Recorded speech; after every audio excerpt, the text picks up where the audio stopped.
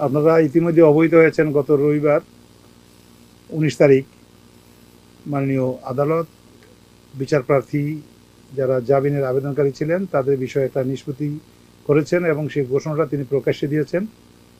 মূল বিষয়টা সেখানে ছিল যে মার্ডার কেস বা দায়রা মামলাটায় যারা খালাসপ্রাপ্ত এবং এই খালাসপ্রাপ্তদের ভিতরে কিছু লোক রাষ্ট্রপক্ষের আপিলের প্রেক্ষিতে খালাস থেকে তাদেরকে যাবজ্জীবন কারাদণ্ড দেওয়া হয়েছে, এই সংখ্যা 15।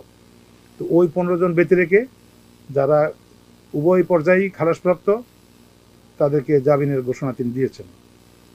আরেকটা অংশ আসামিদের সাবমিশনের প্রেক্ষিতেই আমরাও সেটাকে বিজ্ঞ আদালতে উপস্থাপন করেছিলাম যে তদন্তকারী কর্মকর্তা একটা মন্তব্য করেছিলেন 30 জন আসামির বিরুদ্ধে যারা বিস্ফোরক দ্রব্য মামলায় সুস্পষ্টভাবে তারা সম্পৃক্ত এবং এরা দায়রা মামলার অংশে যাই হোক না কেন। ভিটামিন ও ফাইবার সমৃদ্ধ ফ্রেশ আটা ময়দা সুজি আপনাকে দিবে সুস্বাস্থ্যের নিশ্চয়তা। ফ্রেশ আটা ময়দা সুজি। যেহেতু এই মামলাটা তাদের সম্পর্কে সুস্পষ্টভাবে অভিযোগ এসেছে বিস্ফোরক দ্রব্যের অংশে, সেই 30 জনও জামিনের আওতায় আসবে না।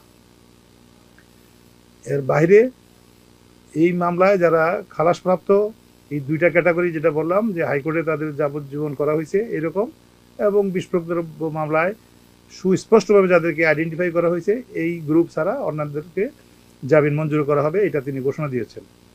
যেটুকু আপনারা শুনেছেন আমিও সেভাবে শুনেছি, 178 জনের একটা তালিকা অন স্ক্রুটনি এটা যাচাই বাছাই করে দেখেছেন এবং ইতিমধ্যে কিছু মারাও গিয়েছেন। তবে 178 জনের জামিননামা কিছু ইতিমধ্যে আদালতে পৌঁছেছে এবং আমি যতটুকু অবহিত এটা আগামীকালের ভিতরে এখানে পৌঁছবে এবং মাননীয় আদালতের তরফ থেকে এই জামিননামাগুলো জেল গেটে পাঠিয়ে দেওয়া হবে যে যেখানে আছে।